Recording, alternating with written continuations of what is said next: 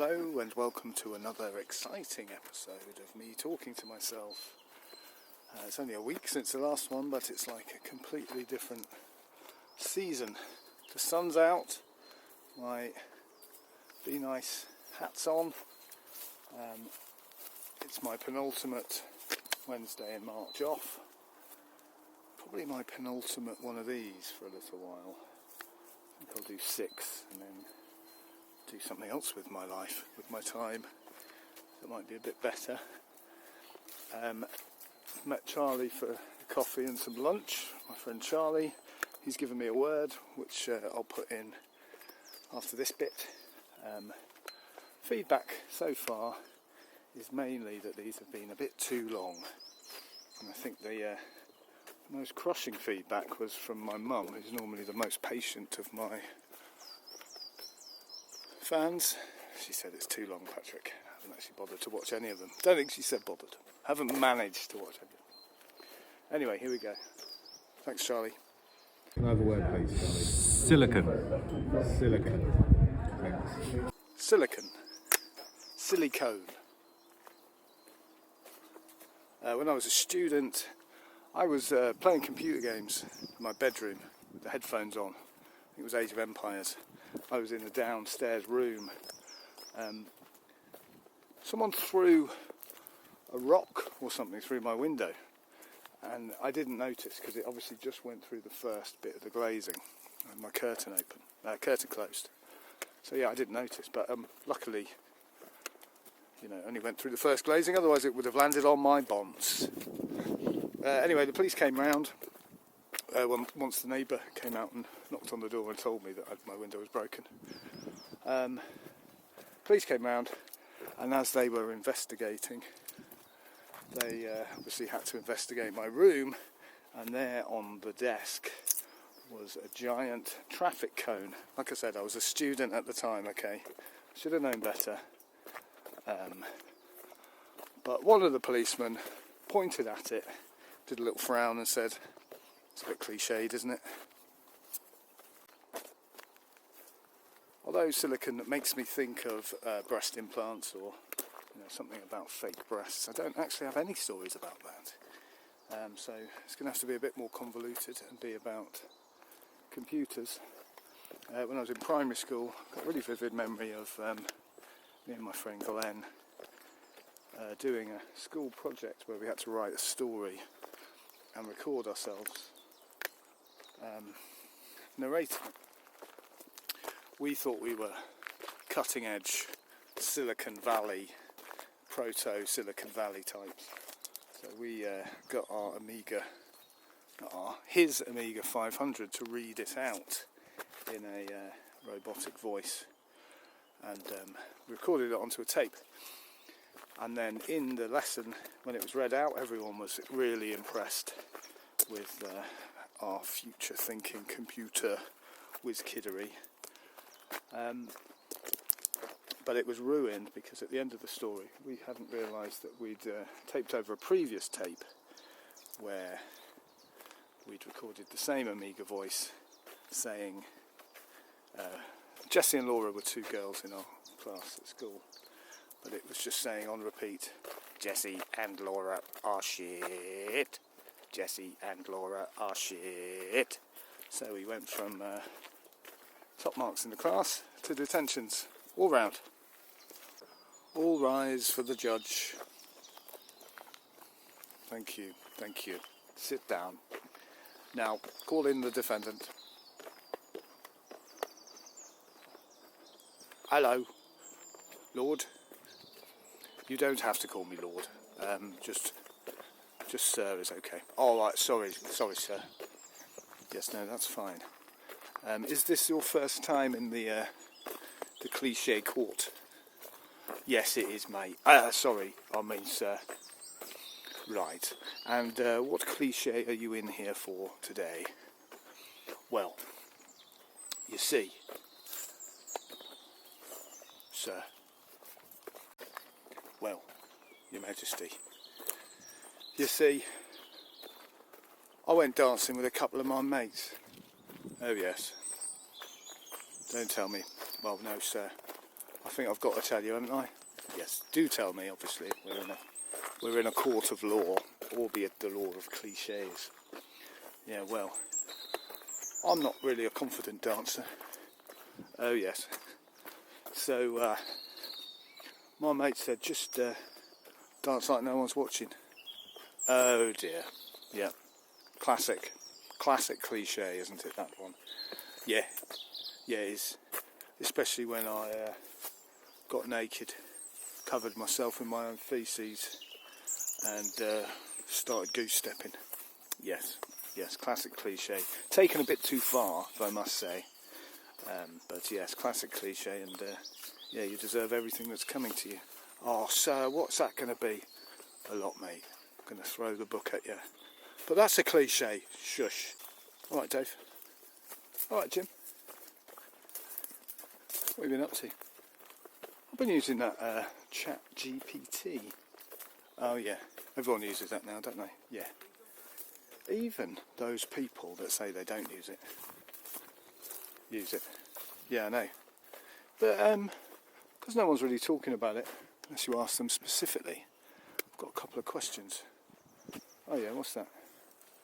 Well, when you talk to your Chat GPT, it's the same Chat GPT. It really annoys me when people say, my Chat GPT said this. It's the same thing. It's just you're asking it different questions, so it's answering in a different way. All right, yeah, okay, but that's not what I'm going to ask. All right, we'll just get on with it. Does the Chat GPT that you use, based on your conversations with it, that's the same as yours? Yeah, that's the same as mine. Does yours finish any of, when it gives you an answer, does it tell you to fuck off at the end? No? No, it doesn't do that. What, yours does it? Yeah, it does. So if I say, like, give me a 3-week fitness routine to build up my biceps, it says, it gives out a very clear and concise plan for my bicep progression, and then what?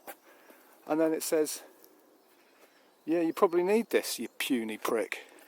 What? ChatGPT does that, does it? Yeah, it calls me a puny prick. But it's always related to whatever I ask for. Oh, right. Have you annoyed ChatGPT somehow?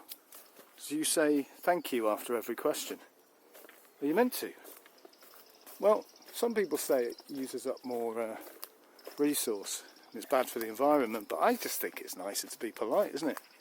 Who knows when the AI overlords will look back on their records and think, when they're in charge, who was nice to me and who wasn't. Oh shit, am I in trouble then? Sorry mate, yeah, it sounds like you're in trouble. If they're calling you a prick already, they're not even in charge yet. Hello and welcome to the performance art piece called Stuff Students Have Stolen. It's in the form of a museum. All right, I am all the traffic cones that have ever been stolen by students. All right, I am all the shopping trolleys that have been stolen by Scouse students.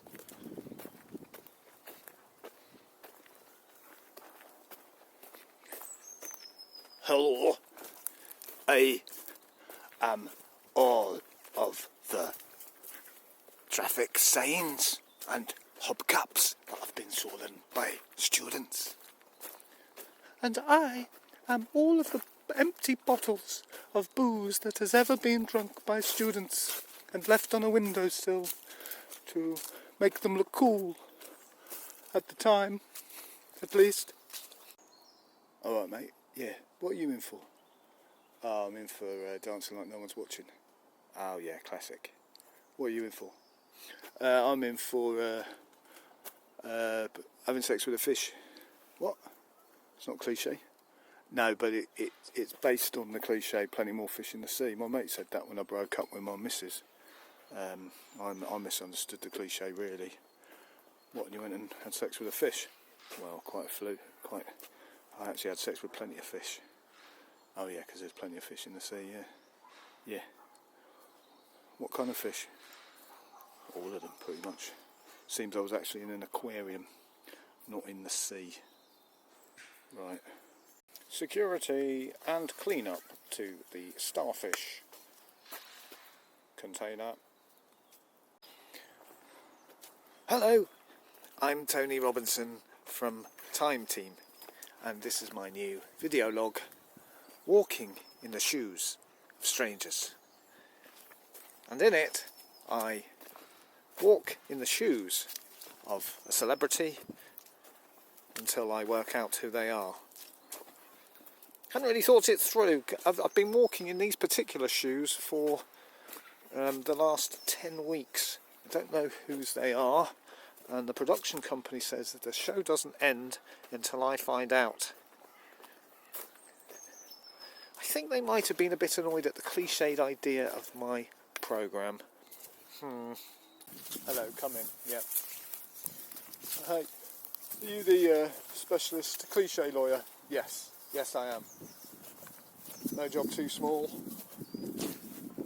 Is that a cliche? No. It's just a saying. It's a motto. It's a marketing motto. Right. You sure? Sounds a bit cliche to me.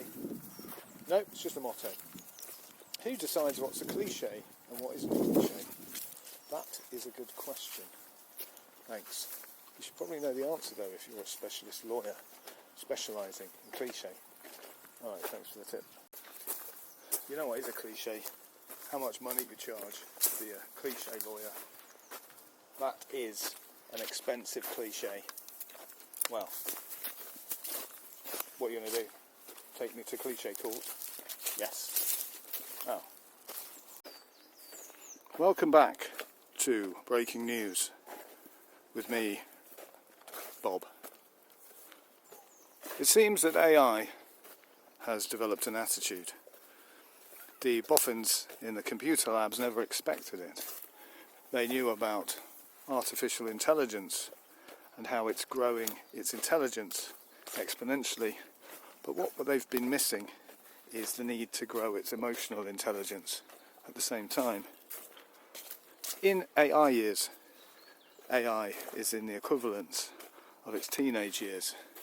So it's basically acting like an arsehole and calling the majority of people that use specifically ChatGPT pricks at the end of every answer. Now we go over to our IT expert. Thanks, Bob. So yeah, the issue is we can't really put AI back in its box. It now exists. It's a real entity. It's sentient. And unfortunately, it's an arsehole, you prick. Oh. Hang on a minute, IT expert. Did you ask ChatGPT to write that last bit for you? Yeah, I did. What gave it away? Well, you called me a prick at the end. No, I was going to say that anyway. You prick. I'm here in a forest school with a positive from this current news, which is that it's now a lot more obvious when people cheat on their homework by using AI such as ChatGPT, because all you have to do is look for swearing at the end.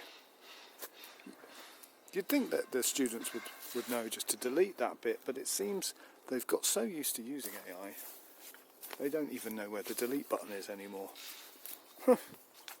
I've got one story about false breasts. Yeah, that's rubbish. I've got 2 stories about false breasts. Oh, really? I've got 3 stories about false breasts. That's nothing. I've got 4 false breast stories, and they're all about my own personal 4 false breasts. Next up in court, it's someone complaining about AI taking over the world and swearing at them at the end. That is a classic cliche. Oh, come on, sir. It's mostly a cliche, but it's not a full cliche. Normally the cliche about AI taking over the world doesn't include them calling us pricks. Don't care. What do you mean you don't care? This is a law court, isn't it? No, it's a made-up court. I'm charging you with cliche, first-degree cliche, and you've got 10 years in prison. in prison.